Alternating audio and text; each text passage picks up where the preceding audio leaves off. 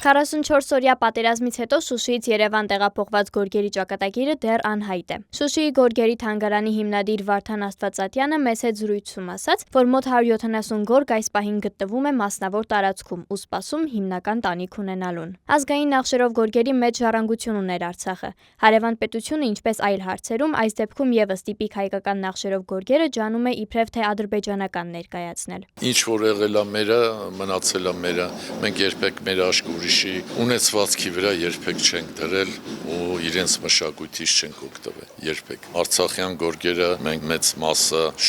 շատ գորգեր վերականգնել, նորից գործել ենք այդ դիզայները, հիմա էլ ենք վերականգնում ու գործում ենք։ Այսինքն ինքը ինչ որ մի կտոր չի առանձին, հայկական գորգագործության մի մասնիկն է, չես կարող առանձնացնել։ Հիմա, երբ տեխնոլոգիաները կտրուկ զարգանում են, Անդրեասյանն ասում է, ավանդական գորգագործությունը այլևս մարող վտանգված արվեստ է։ Ձեռքի աշխատանքը շատ դժվար է անելը, մարդիկ գնալով այդ տեխնոլոգիաների շնորհիվ քիչ-քիչ ծուլանում են, որովհետև իրանց տեղը մեքենաներն են սկսել ավելի շատ աշխատել, կանցնի ամենաշատը մի